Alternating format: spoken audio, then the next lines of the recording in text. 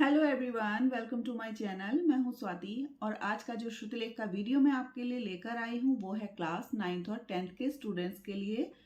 तो जल्दी से वीडियो को लाइक कर दो और शेयर कर दो अपने फ्रेंड्स में। चैनल पर नए हैं या अभी तक सब्सक्राइब नहीं किया तो नीचे बने हुए रेड कलर के सब्सक्राइब बटन पे क्लिक करिए, अभी चैनल को सब्सक्राइब करिए। पास ही बने हुए नोटिफिकेशन बेल को ऑन कर दीजिए जिससे मैं जो भी वीडियो पोस्ट करूँ ना समय से आपके पास उसके नोटिफिकेशन आ जाए। तो लिखना शुरू करिए। जो मैं आपको बोलूंगी ध्यान से सुनकर लिखना है, बाकी के इंस्ट्रक्शन बाद में। चलिए लिखना शुरू करिए। घनी झाड़ियों में, घनी झाड़ियों में सिंह की दहाड़, सिंह की दहाड़ सुनकर, सुनकर स्वामी हरिदास की, स्वामी हरिदास की शिष्य मंडली, शिष्य मंडली भयभीत हो उठी, शिष्य मंडली भयभीत हो उठी। लोग, लोग सावधान हो ही रहे थे, लोग सावधान हो ही रहे थे कि झाड़ियों के बीच,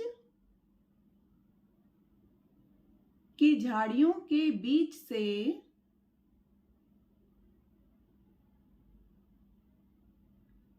दस वर्ष का एक बालक, 10 वर्ष का एक बालक हंसता हुआ, हंसता हुआ बाहर निकला। स्वामी जी ने, स्वामी जी ने समझ लिया, समझ लिया कि यही बालक, यही बालक सिंह की दहाड़ की, सिंह की दहाड़ की नकल कर रहा था, नकल कर रहा था। स्वामी हरिदास, स्वामी हरिदास संगीतज्ञ थे, संगीतज्ञ थे। वे जान गए, वे जान गए कि इस बालक में, कि इस बालक में अद्भुत क्षमता विद्यमान है, अद्भुत क्षमता विद्यमान है। उन्होंने, उन्होंने उसे बुलाकर, उसे बुलाकर स्नेह से पूछा, स्नेह से पूछा, बेटा तुम्हारा नाम क्या है, बेटा तुम्हारा नाम क्या है। तन्ना मिश्र, तन्ना मिश्र तुम्हारे पिता का क्या नाम है, तुम्हारे पिता का क्या नाम है। मकरंद मिश्र, मकरंद मिश्र तुम कहाँ रहते हो, तुम कहाँ रहते हो। वहां, बालक ने, बालक ने अपने गांव की ओर, अपने गांव की ओर इशारा किया, गांव की ओर इशारा किया। तो अब मैं बताती हूं, आपको ध्यान रखना है, यहां पर कुछ सेंटेंसेस आए हैं जो कॉन्वर्सेशन बता रहे हैं, वार्तालाप हो रहा है किस किस का, जो स्वामी हरिदास संगीतज्ञ थे उनका और उस बच्चे का वार्तालाप चल रहा है। लेकिन हर सेंटेंस के स्टार्टिंग में ये नहीं कहा गया कि कौन सा सेंटेंस किसने बोला, कौन सा हरिदास जी ने बोला है, कौन सा उस बालक ने उत्तर दिया। तो यहाँ पर आपको सेंटेंसेस पढ़ के ही समझ आ जाना चाहिए कि किस सेंटेंस को किसने बोला है। जैसे कि बेटा तुम्हारा नाम क्या है, जवाब आया तन्ना मिश्र। तुम्हारे पिता का नाम क्या है, मकरंद मिश्र। तुम कहाँ रहते हो, वहां। मतलब ये जो 3 सेंटेंस, 3 हरिदास जी के और 3 उस बालक के उत्तर थे। तो ये आप समझ लेना है कि आपको अलग अलग इन्वर्टेड कॉमास में रखने हैं इन सेंटेंसेस को। भले ही इस चैप्टर में ये बताया नहीं गया कि किसने कौन सा सेंटेंस बोला, लेकिन पढ़कर समझ आ रहा है कि उनका जो कॉन्वर्सेशन है कौन सा सेंटेंस किसने बोला। पहली बात तो ये हो गई। दूसरा, आज बात करते हैं अंक की बिंदी के बारे में कि अंक की बिंदी आपको कहीं पर भी मिस नहीं करनी है। जैसे था सिंह घनी झाड़ियों में में तो अंक की बिंदी लगती ही है। हंसता हुआ बाहर निकला, हंसता में हंसता नहीं है जो अंक की बिंदी लगेगी, हंसता है इसलिए चंद्र बिंदु लगेगी। ठीक है। सिंह में अंक की बिंदी लगेगी क्योंकि जब हम मात्रा के संग में लगाते हैं अंक की बिंदी तो उसमें चंद्र बिंदु ना लगकर सिंपल अंक की बिंदी लगती है। ठीक है, ये चीजें ध्यान रखिएगा। चलिए चेक करिए अपनी गलतियों को।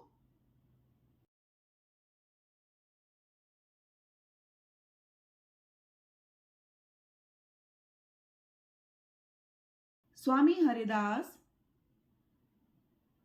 स्वामी हरिदास तन्ना के घर गए, तन्ना के घर गए। उन्होंने तन्ना को, उन्होंने तन्ना को शिक्षा देने के लिए, शिक्षा देने के लिए उसके पिता से, उसके पिता से मांग लिया।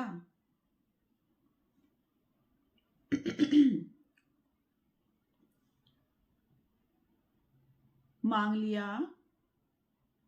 उसे लेकर, उसे लेकर स्वामी जी,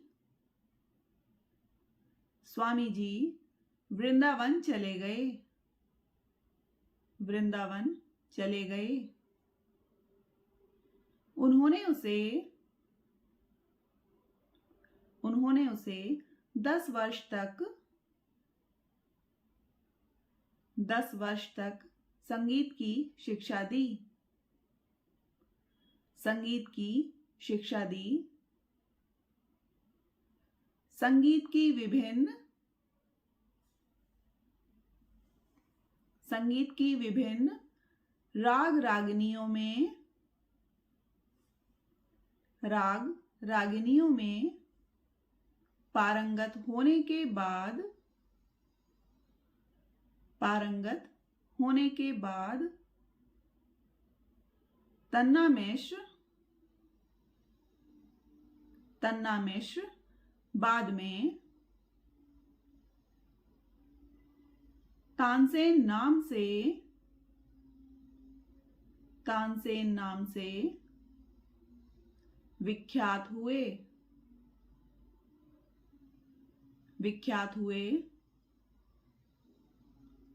संगीत का, संगीत का और ज्ञान, और ज्ञान अर्जित करने के लिए, अर्जित करने के लिए उन्हें स्वामी जी ने, उन्हें स्वामी जी ने हजरत मोहम्मद गौस, हजरत मोहम्मद गौस के पास,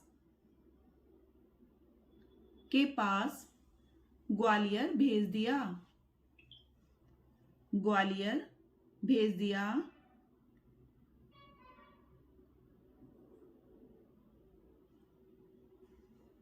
संगीत का पर्याय, संगीत का पर्याय। ज्ञान अर्जित करने के बाद, ज्ञान अर्जित करने के बाद।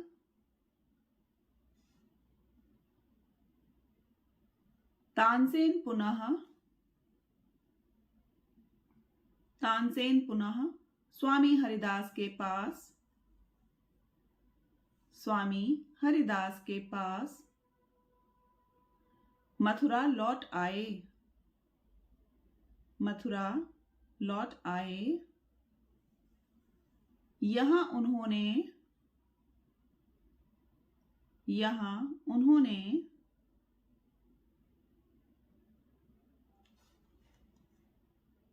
स्वामी जी से,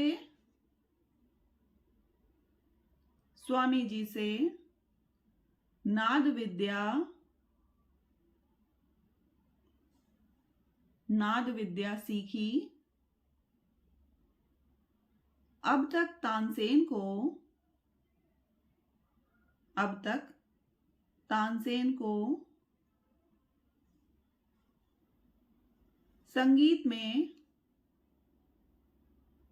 संगीत में अद्भुत सफलता, अद्भुत सफलता मिल चुकी थी, मिल चुकी थी।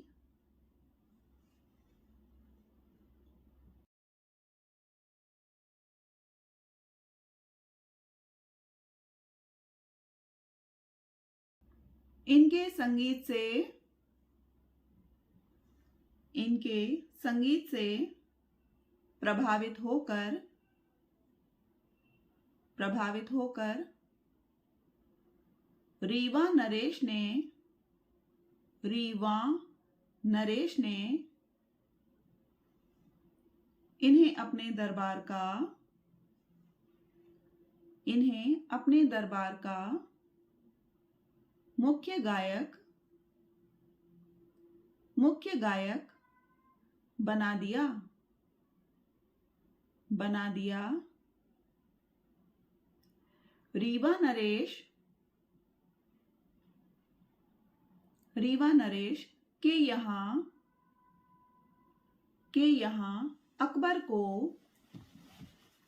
अकबर को तानसेन का, तानसेन का संगीत सुनने का,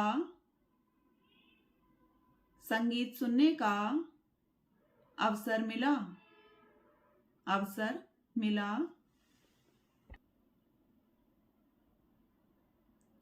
वह इनके, वह इनके संगीत को सुनकर, संगीत को सुनकर भाव विभोर, भाव विभोर हो उठे। उन्होंने रीवा नरेश से, उन्होंने रीवा नरेश से आग्रह कर, आग्रह कर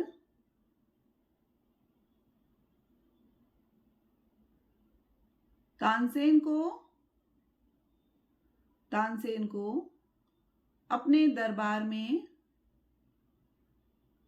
अपने दरबार में बुला लिया,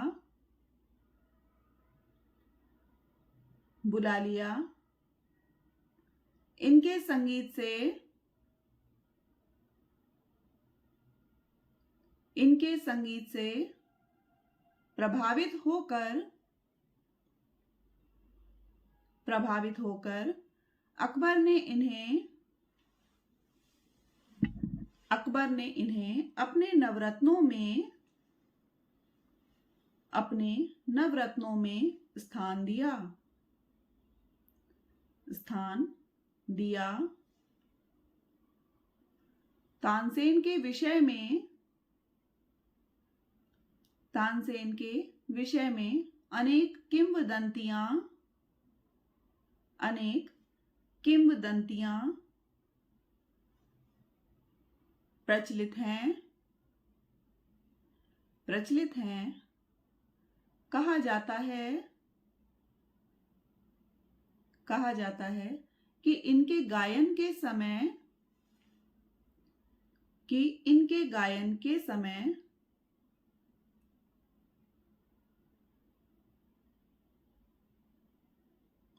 राग रागनियां, राग रागनियां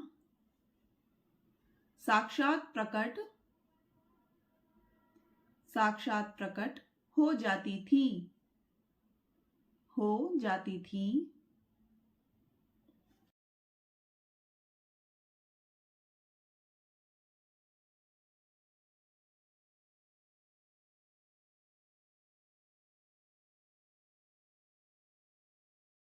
तो बच्चों ये था तानसेन का फर्स्ट पार्ट। इसका एक पार्ट अभी और आएगा।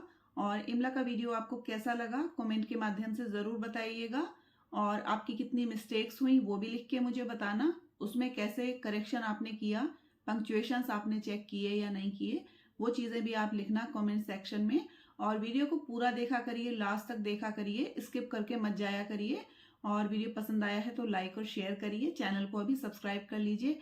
अभी भी जो व्यूज आ रहे हैं, अभी भी जो वॉच टाइम आ रहा है ना, वो सब्सक्राइब मेंबर्स का ज़्यादा नहीं आता है। जिन्होंने सब्सक्राइब नहीं किया हुआ है उनका ज़्यादा वॉच टाइम मेरे वीडियोस पर आता है। आई डोंट नो आपको सब्सक्राइब करने में क्या प्रॉब्लम रहती है। भाई आप लोग चैनल को सब्सक्राइब करिए, तभी तो आपको मेरे दूसरे वीडियोस के नोटिफिकेशन आ पाएंगे ना। इसलिए आप लोग सब्सक्राइब कर लीजिए। मिलते हैं अगले वीडियो में, तब तक के लिए नमस्कार, जय हिंद, जय भारत।